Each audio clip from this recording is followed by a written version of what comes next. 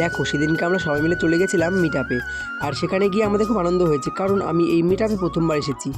আমি জীবনে কখনও কোনো ফেসবুক মিট আপে অ্যাটেন্ড করিনি, কিন্তু এই প্রথমবার আমি ফার্স্ট টাইম এসেছি।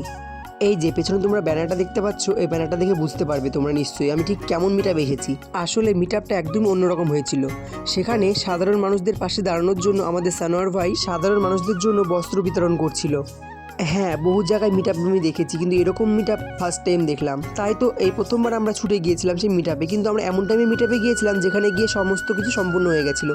আমরা তেমনভাবে কিছু দেখতেই পাইনি। যেটা নিয়ে এসেছি আমি এখানে চেষ্টা করে এসেছি হালকা, যেহেতু তখন হালকা ঠান্ডা ঠান্ডা লাগছিল, গরম করছিল। তো এখন আমরা বাড়ি যাবো, তার আগে কিছু খাওয়া দাওয়া করে তারপর বাড়ি।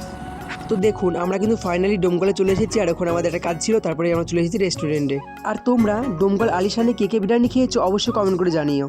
আমাদের তো খুব ভালো লাগে এখানকার বিরিয়ানি খেতে, আর তোমাদের রিভিউটা অবশ্যই দিয়ে যেও। তো টাটা, দেখা হচ্ছে নেক্সট ভিডিওতে।